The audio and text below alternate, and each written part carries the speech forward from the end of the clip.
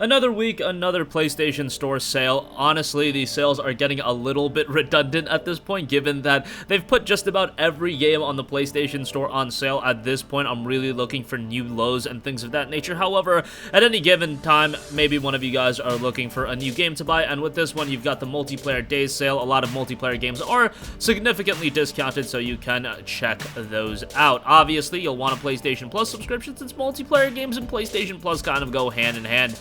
Nevertheless, let's take a look at some of the deals. There's north of 100 games on sale. The Forest is down to $12. That's always a pretty good time. A Way Out, $9 for that, I think is really good. Do keep in mind that if you buy a copy of the game, you can invite a friend and give them a token to play with you for free. So essentially, for two people to experience The Way Out, it would be $4.50 if you look at it that way. WWE 2K20 Deluxe Edition is down to $29 and change. Not a big fan of that one. That was probably one of the worst WWE games ever made, so bear that in mind. Battlefield 5, $12. Not bad on that. BF5 has seen a significant amount of updates. Not the best Battlefield game by any means, but it's a decent one. God Eater 3, $19.79. If you want your anime like Monster Hunter, God Eater will definitely fit the bill. However, it is a little bit more extended than just an anime Monster Hunter, and mechanically it is a bit different. There is a story there as well, definitely not one to write home about, but it is there. Now that it's down south of $20, I actually don't think it's all that bad of a buy. At like, $40, $50, $60, it was a little bit expensive, but south of 20, I think it's pretty decent. Lego Star Wars The Force Awakens is down to $8.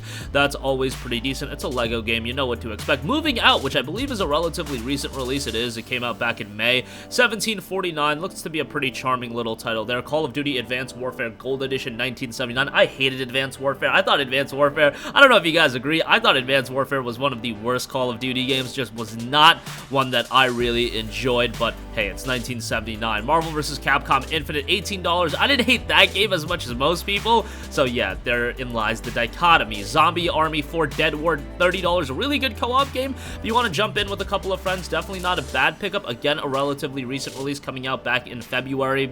Decent pickup there. Nickelodeon Kart Racers is 50% off for $15. Definitely a fun kart racer there. Obviously, some iconic characters there as well. You've got SpongeBob, Patrick, Rugrats, Teenage Mutant Ninja Turtles all pictured there. So if you want a kart racer on PS4, given that we don't have Mario Kart on here, that's an option. Titanfall 2 Ultimate Edition down to $6. I feel like I've beaten that game's drum to death. That game is amazing. It's a fantastic multiplayer first-person shooter, even a pretty decent single-player campaign.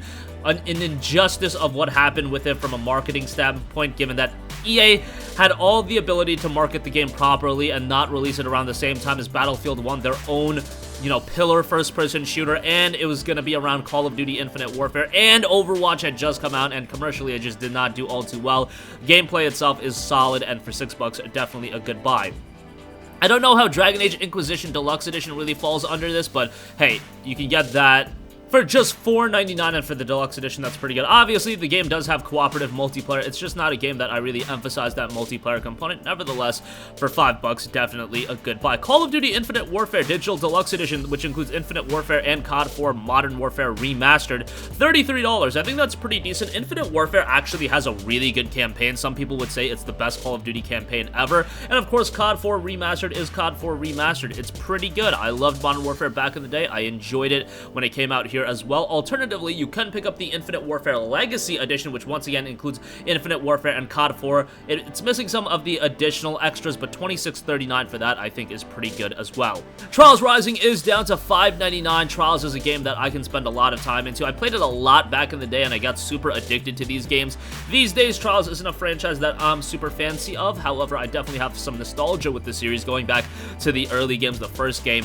And Rising for $6 is probably a pretty decent pickup. Resident Evil Revelations is $8. Resident Evil Revelations was a game that originally came out on the Nintendo 3DS, and then it was ported to pretty much every major platform. It was a really good game on the 3DS. Obviously, this isn't a remake by any means. It's just an upgrade, better visuals, but it's still a 3DS game at heart in terms of its visuals, but it's a really solid game as well. It was received well on the 3DS, received well for its port. $8 for it, I think, is a pretty good buy. Dead Rising 2 off the record, $6. Dead Rising is a franchise that I think is awesome. Dead Rising 3 and 4, on the other hand, were not great, but Dead Rising 1 and 2, I think, were really solid, and off the record is definitely the best version of Dead Rising 2, and for $6, definitely a pretty good buy.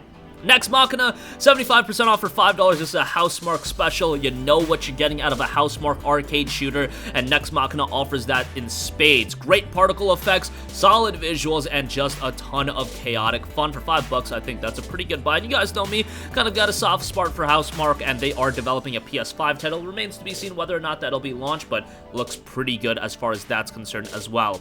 Incredible Adventures of Van Helsing 3 is down to $9. Van Helsing 2 is down to $3.74. Redeemer Enhanced Edition is $11.99. Umbrella Corps is $5.